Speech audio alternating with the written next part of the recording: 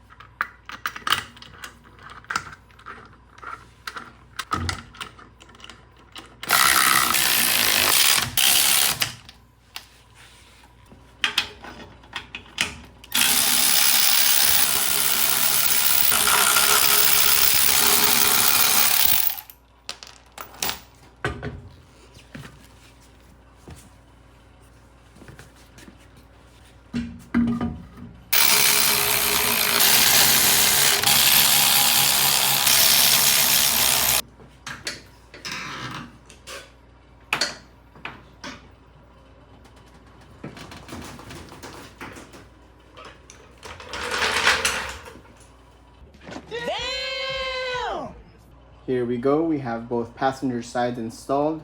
The front's looking really good. We have plenty of space here, so that's definitely not gonna rub. I do have to pull this out and turn it around because there's not a lot of space over there. So when I do that, I guess I'll check to see how that's gonna turn and everything. The rear here, it's still kind of tight. It's actually touching right here, but because of the swing axle, hopefully it should kind of camber in a little bit more. For the first like couple feet of rolling, it's definitely gonna rub because it's like already touching right here.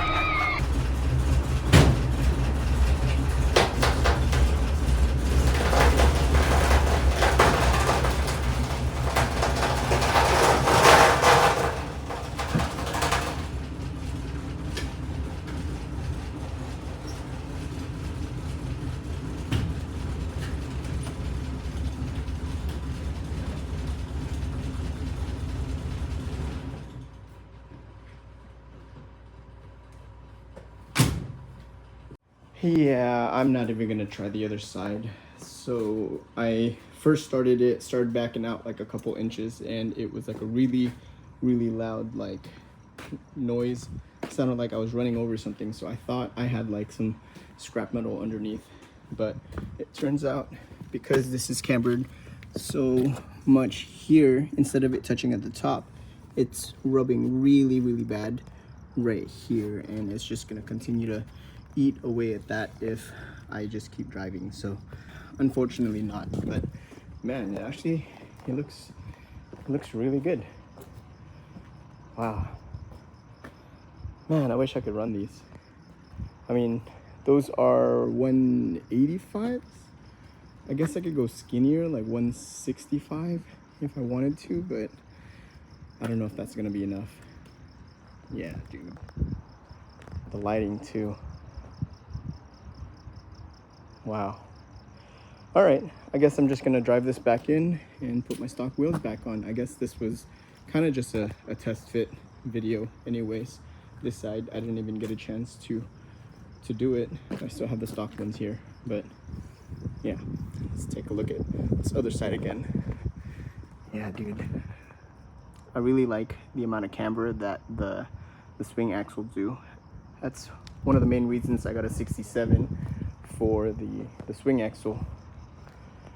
I don't know, just personal preference, I guess. I mean, there's people that convert the swing axles to the newer IRS, but I mean, technically it does drive a little bit better with IRS, but I don't know, I this car is for looks anyways to me. Dang, that looks so good. I wish I could have at least taken it around the block or something to take some pictures.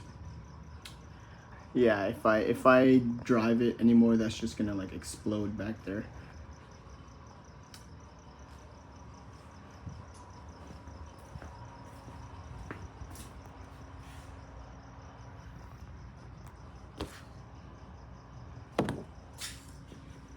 All right, let's drive this back in.